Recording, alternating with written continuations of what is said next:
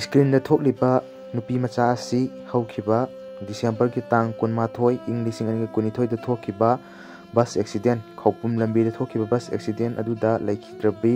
थांजम चिंखै लेंबी देवीनी अदुगा महाकी अपोक्पा लैखिद्रे अदुगा अपोक्पीगी मिंगना श्रीमती थांजम ओंबी सना देवी कौवी महाकी लैफम असिना यारिपोप टॉप चिंथा मथक लैकाइदगिनी अदुगा महाकी अस्थि असिना डिसेंबर की तांग 13 निदौकाबा नुमित्ता पांगथोकलगा सोरात असिना जनवरी की तांग 3 लैबापोकपा नुमित्ता पांगथोकलगनी अपोक्पा मसक उजहौदबा चिंखै लेंबीना ममादा तोइना हंगलंबा वहंग अखोइगी बाबादी कदाइनो करिगिदमक अखोइगी मनाक्ता लैतबनो हाइना पेंदन हंगजरंबा अदु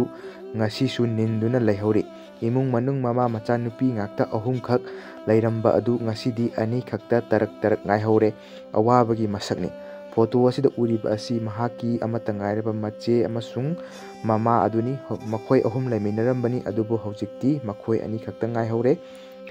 aigi channel gi maikai dagasu thangjam chingkhai lembi devi na mapugi laikolda ingna chikna laiba oirasunu haina ishor gi mafamda thongni jari।